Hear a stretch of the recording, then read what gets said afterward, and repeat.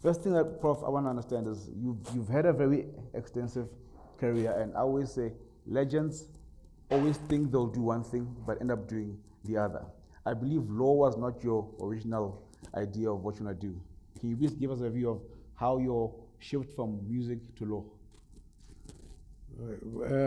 I studied law at Wits University, and I qualified, but I always wanted to practice as an advocate, and as you know, advocates are briefed by attorneys.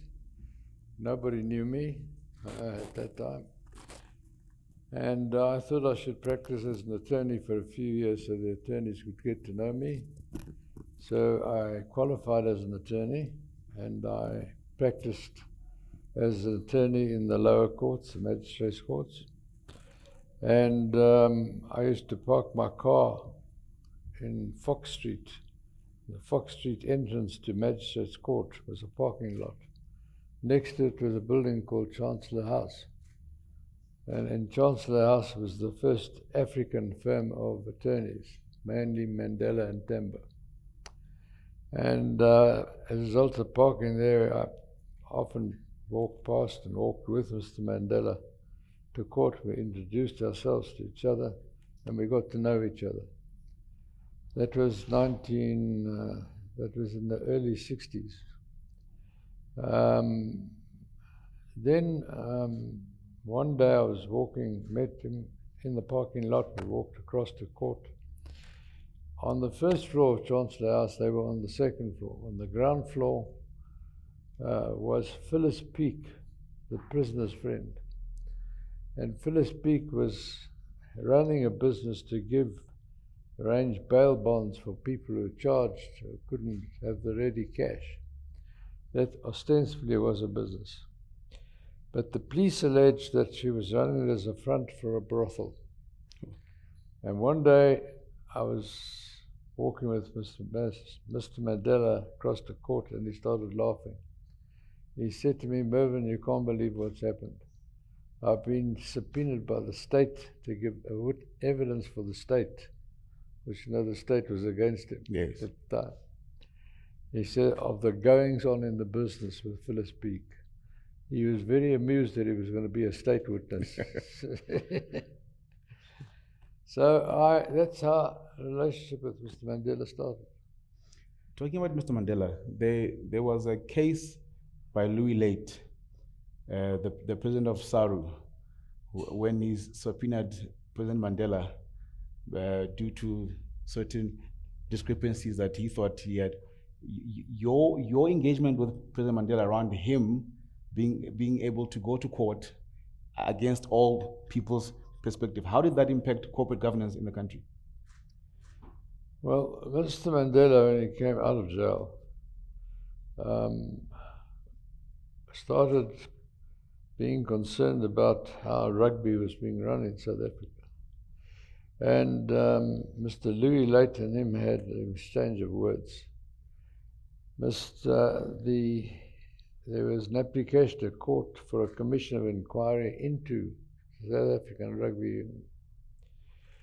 And Mr. Late ended up subpoenaing President Mandela to come and give evidence. President Mandela consulted with me. He called me Judge King always. "Judge, what do you think?" I said, "You know, Mr. Mandela, that's an abuse of power by Mr. Late.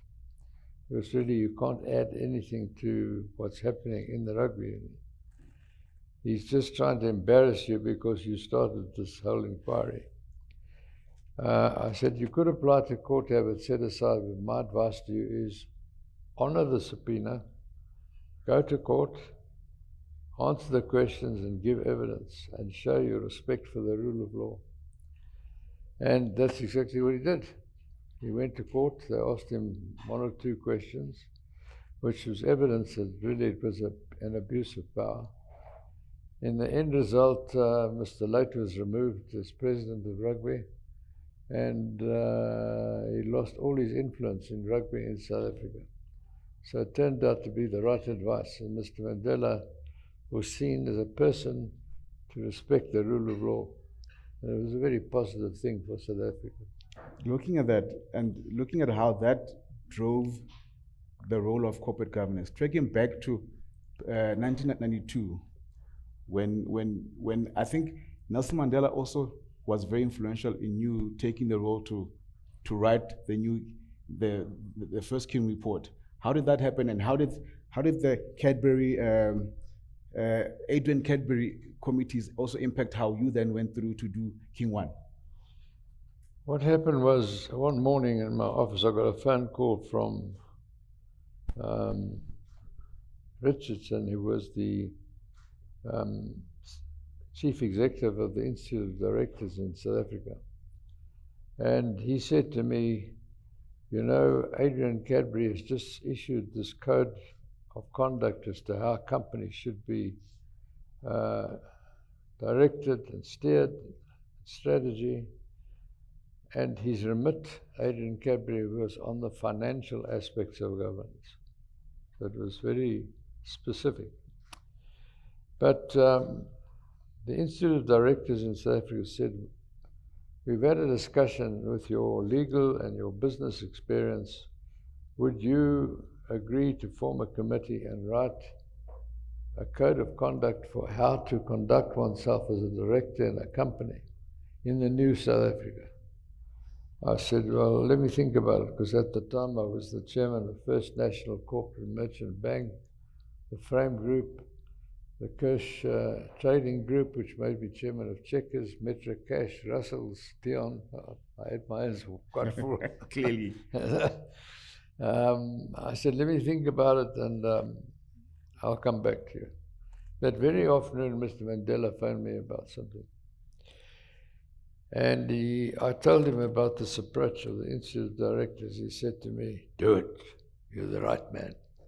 Just make sure nobody charges any money for it. They do it hand on heart in the best interest of South Africa. And that's what happened.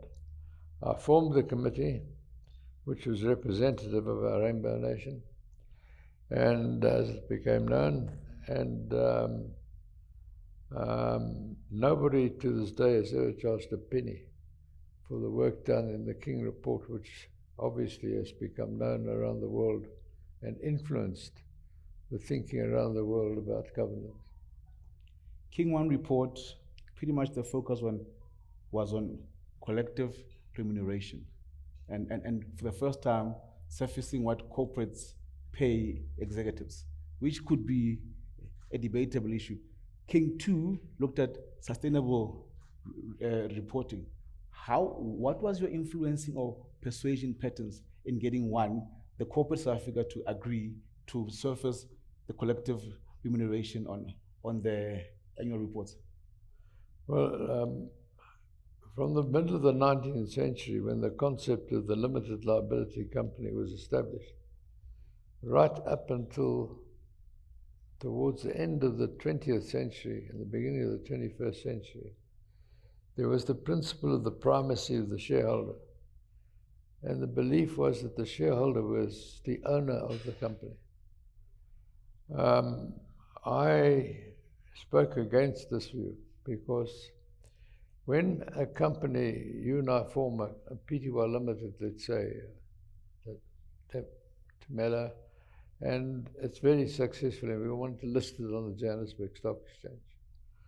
So we issued, let's say, 1 million shares at 100 Rand each, and this side of the room subscribed for those shares, and other people, and they're the first subscribers of the share.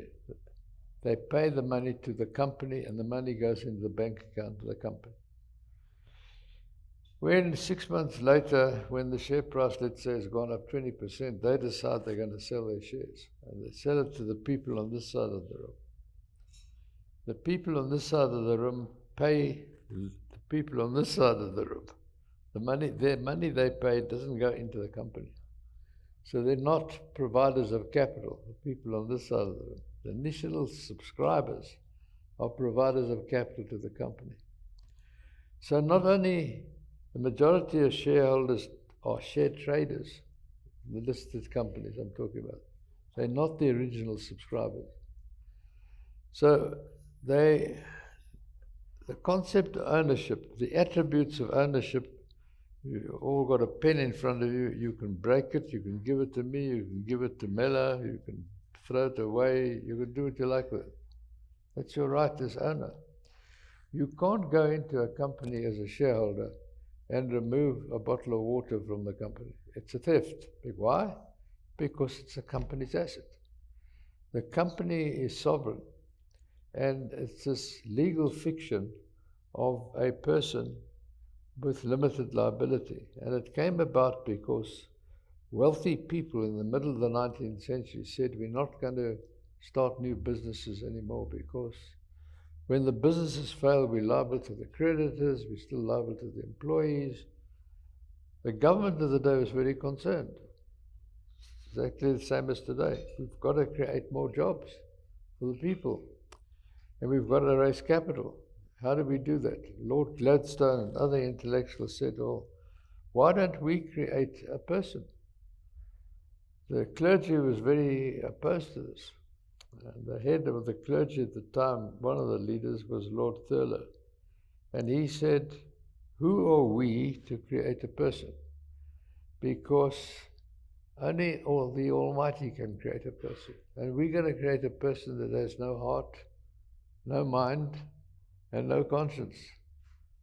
Can't be charged with treason, hasn't got a body to be kicked, and can't be charged with treason. They said, what kind of a person is this you're going to create? Anyway, the statute was passed and the company was, limited liability was created. But it was created by the UK government as the representative of society. So it was created by society, for society. It was created as a platform to raise capital and to create more jobs for the citizens of the country.